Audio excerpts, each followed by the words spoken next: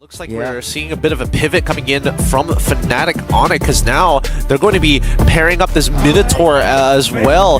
There's so much CC on the side of Fnatic Onic. The major damage is going to be coming out from Chewe, CW, as well as Sans plus Kyrie, the main damage dealers of this team. They can combo pretty fluidly in no particular order, which is kind of scary, because now it really begs the question whether Rebellion's disengage is strong enough. They need a mage right now with a sufficient amount of damage, sufficient amount of rotations. I think Farsa would be the next best choice because the Lily was banned out. I think that would be the best play over here. But then again, pretty squishy in the early game if they don't play their cards right and they get caught in very uncomfortable situations. That's it. Rebellion Esports is going to be very hard for them to come back to it. Yeah, I don't know. I was thinking about like maybe if they want to go something crazy like there's a Novaria. Yep, Novaria. You still want to keep your distance among the players from Fnatic, and also you want to kind of like open up the map as well, just to give that vision so that Rio will be able to like go towards certain areas or even find the backline and try to take him out. Yeah, I think that unfortunately for Fnatic Onic, they're not going to have as much control over the mid lane as they did in game number 1. This time, it's going to really change things up. But thanks again, Churros. We're going to be making our way into the land of Dawn. You and me, Sir Cloud, we're going to be handling the rest of this game. Yeah, and they will be handling their own game as we check out who will take home this round. Could it be a 2-0? Could it be a 1-1? Could it be a comeback by Rebellion Esports? This is the David versus Goliath story here, ladies and gentlemen, considering what we saw in game number 1. So without further ado, let's head on to it. This is game number 2. Fnatic Onic versus Rebellion Esports. Fnatic Onic once again going to be on the blue side. Rebellion Esports on the red. Let's see which buff starts both these junglers are going to go with. And immediately we are going straight to a pause. That is potentially the reason why they pick up the Fanny, right? It opens up that option for them. But let's see, as we get back onto our game here, whether that will happen or not. We will see, maybe the split push or maybe a straight up fight between the two teams. Yeah, I think, you know, at the end of the day, micro leads to macro here. And I think that despite the fact that Kiboy is going to play on pretty sustainable and honestly really tanky in the later stages of the game, Minotaur, it kind of depends on what his first item is going to be. Oh, Sans is so low. Suelo could potentially get a kill here. Oh, DTZ wants to try to check on what's happening on the other side, but it's more of like gathering information though. But that's something that we would expect from a Grok. But whether he will continue to do that again, maybe not. It does look like he is more towards just trying to block that river from anyone from Fnatic Onic to access. I mean, also the fact that they're walking up so aggressively like that just goes to show that they're compensating for the fact that Sans got absolutely chunked out at level 1. I mean, luckily for Sans, he's still able to catch that second wave, because most people would have recalled at that point had it not been for Kiboy as well as Kyrie being that aggressive. Oh, but speaking about aggressive, Rio comes in from the back to be a bit aggressive, and Kiboy still survives. Oh my goodness, Kiboy and CW survives as well. Man, okay, Kyrie maybe not. He will definitely go up. But before that, whoa! Are you kidding me, Kyrie? What is that move? And with that, he gets the first blood, and he's not done yet. Do it again. Okay. Rio comes in. He will not be able to do that again. I mean, Matt is there to finish him off. Yep. Nicely done from Fnatic Onic, and a good response from Rebellion Esports. They trade 1 for 1 there, but a lot of big battle spells have been gone from both sides. Resources, as a matter of fact. I just like the fact that Kyrie was really thinking it through, right? Using his abilities, using the enhanced sword specifically to buy him some extra time. And let's not forget, when he uses 2 abilities, it starts empowering his auto attacks as well, giving him a little bit of a pull effect once you get that third stack, and also Hybrid Lifesteal. Yeah, and what a good start here for, I want to say both sides though. You got to give it to Rebellion Esports for being able to trade off, but they took so long, so much resources just to get Kyrie itself. I mean, and that's just only the start when you don't even have all your skills at max. Yep. It's some scary stuff here, but let's see. Cars is 4. Can they do this? Nah, they're not even going to try at this point. You notice that Rio is on the top side of the map, but Kyrie is still a full level ahead of him despite that. Yeah, so letting that go, I think that's fine. Rebellion Esports, at this moment, they just need to play a little bit more discipline, open up the space for Rio to farm, and also Matt to farm as well. You get this 2 up, then you'll be cool. RDTZ naturally will be tanky enough at some point. Hopefully that is fingers crossed by himself. Yep, and look at Lupti here, just denying Cars EXP. So well done here. This is what happens when you have pressure on your side of the map. They're just holding him hostage. So Rebellion respond. Oh, wow, charge. Straight onto the back line, onto Keyboard. Keyboard will be the first one to fall. It doesn't matter whether he's a tank. They will still take him out. Great play coming in for Rebellion Esports. A countermeasure on the opposite side, and they managed to profit off of it at the cost of Cars. A little bit of EXP and a little bit of gold. It's not done though. Oh, nice one, RDTZ. But then again, he should be able to survive this, or maybe not. Sans will make sure that he will not get away. So tank for a tank. Did he forget? What? Interesting. Interesting. I didn't expect AudiTZ to be that disrespectful despite using a majority of his resources on the top side of the map. So why, absorb the stacks for free against Sans is beyond me. But that being said, Kyrie now opting to change his build. Like, in the previous game, he did the exact same thing where he went straight into the Bloodwings. The first time we saw him bring out the Julian into the Fanny, he went straight for the Holy Crystal. I'm guessing that he's giving more respect to Rebellion Esports this time, assuming that even if he does make it away, that extra shield is going to be the difference maker between him getting executed by a cutthroat or maybe even a Star Shatter.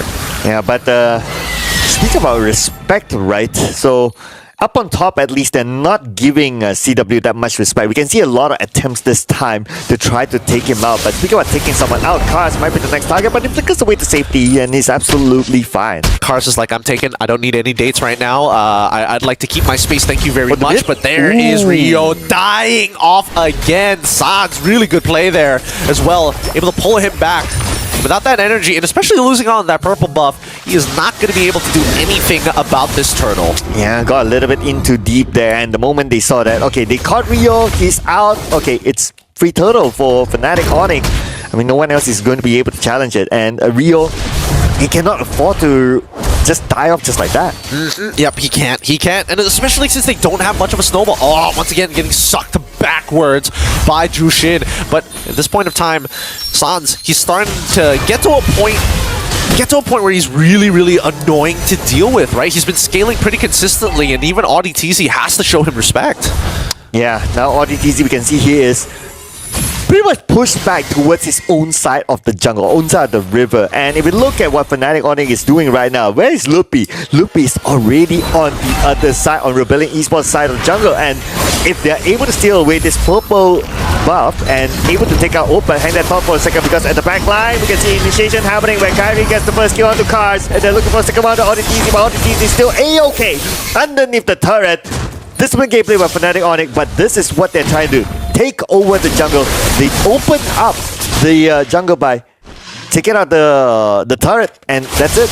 Yeah, this is some really clean stuff coming in from Fnatic Onic, right? They're trying to minimize their mistakes as much as possible, and they're honestly not giving too many opportunities over to Rebellion Esports to counteract, right? That's T1 down on bot side, and I think now that we're spilling into the mid game, this is where Fnatic Onic get real strong. But as you mentioned before, Chewe has been taking like a lot of pressure from Rebellion Esports. But still, they're not able to get the kill out of Chewe. So, mission done if you ask me. He's doing a phenomenal job, right? If you look at the gold, currently, where is he? He is currently at 9,000. 9,000. Oh, no, sorry. 4,000 gold. Matt is currently at 5,000. 200 gold difference. So we can see that as much pressure as Rebellion Esports trying to put onto him, like, it's not doing that any good because they're spending so much time up there instead of farming for themselves. Yep, he is cost efficient. He is an independent laner, as we like to call him, right? Economist. Economist. He doesn't need your parents' money. Keep it. At this point, he's making a business of his own. Oh, wait. Oh, but we are making a business of his own. Cars. Yep, this is CW. Now he is online by getting that kill, and that is just the first kill for him. But we're not done yet though. Sans all alone against Rio. Rio, we gotta be extra careful there. Very, very close. Rio is just monitoring the amount of stacks he has. Doesn't want to get chokeslammed backwards, but he does lose out on his purple buff. Man, this is looking bad for Rebellion Esports because the mid turret and the bottom turret has already been taken out. So access to the jungle is now easy for Fnatic Onic. Yeah, even so if they can take out the top turret. Yeah, and this is going to allow CW to actually get all the farm in the world, right? For all the punishment he has been, well, I would like to say punishment, but really he's just been holding on to his own for this long independently. It's nice to have a little bit of help. This tier 1 top side is going to collapse, and you can see that Rebellio and Esports do not want to contest at all. Just looking at the goal difference now. It's about 1,000 difference as compared to Matt. And in about 8 minutes, I would say that's pretty significant. It's about to get even worse for them, right? Because despite the cross-map play... Check out the backline now, Sans. 50% of health left, but Sans needs to get away to safety. And they might get their next target, which is Matt. Matt, there you go. All the way underneath the turret. It's not going to be a problem there for Fnatic Onic to secure that kill onto Matt. ODTZ got away with a slither of health. Yeah, Chewe is just... He does too much damage at this point. I'm guessing he's done with the Trinity build. Let me double check. Yep, he's done with the Trinity build. He's online, and that's going to be an inhibitor if they don't do anything. They've already lost the magic shield on... the turret shield on top and as well as bottom... top and mid inhibitor at this point of time. So Rebellio and Esports, they're so behind the curve 9 minutes into the game. And Fnatic Onic, they're not letting the pace down just yet. Okay, they are pulling back a little bit, and that's because the lot is out. And the moment they got after they got the lot, they will push back again to Rebellio and Esports. Yep, and the split push continues. I think that Rebellio and Esports understands that, like, without Matt in a position where he has that Trinity build completed. Wait, actually, let me double check. Looks like he is just a item off from Golden Staff. Just a little bit of gold off. Oh wait, he got hit by the Spirit of Destruction on the bot side. He got solo killed by Chewe! Wait, what? Okay. Man, that just happened. And this is what we were talking about. Like, okay, Chewe, right now, he has scaled to the point that he can go for a solo kill against Matt. It is scary. I don't know. I think this next Lord push, unless we see Rebellio and Esports get a full team wipe on Fnatic Onic, or at least an equal trade, like 4 people go down on both sides, I think this game is pretty much done for. Yeah, I mean, we are talking about Chewe, the FMVP of MPID as well. And like what you say, it's probably just a matter of time. Right now, the Lord is almost on its way, and Fnatic Onic, they're managing the wave really well, playing the patience game.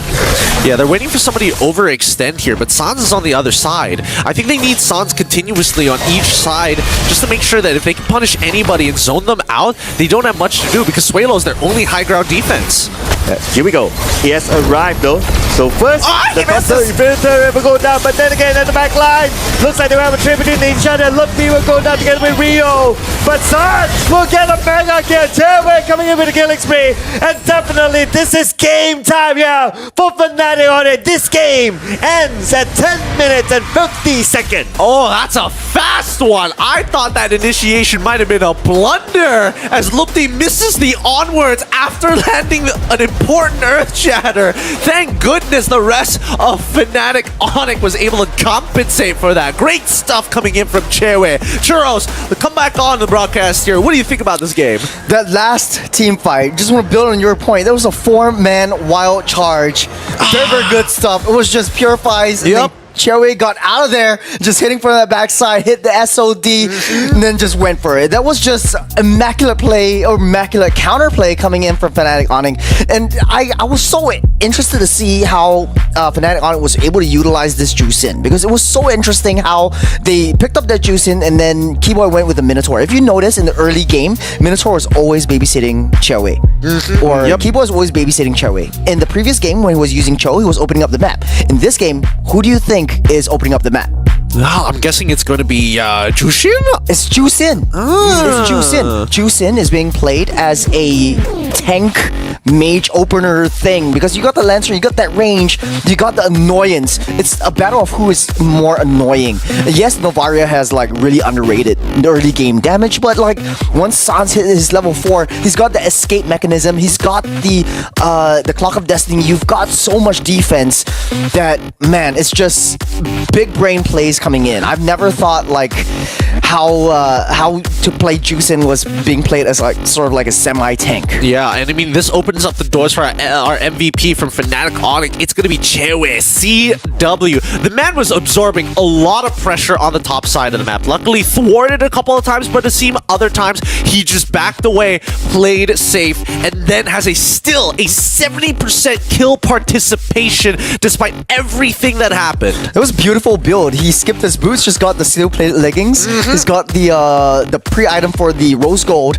just to get enough damage, just to get enough damage once he gets his Holy Trinity, as well as the defense just to survive from the Fanny, because he knows that every good move, I must say, but then again, because of how big the gap is between the both of them in terms of itemization, I mean, there was not enough damage, obviously, for Rebellion Esports to counter back onto Fnatic Onic. Yeah, unironically, Keyboy technically is the softest character that they have, right? Because in terms of items, it's not like he's at that super thick Minotaur moment. He right now, his sustain is going to be keeping him alive more than the raw stats. Yeah, it's the green build. He goes for the photo. He goes for the oracle. He's just very sustainable. Yeah, you get what I'm saying. I get it. I totally get it. Like, if I close my eyes, I'm looking at a Florin. You know. You know what else is green?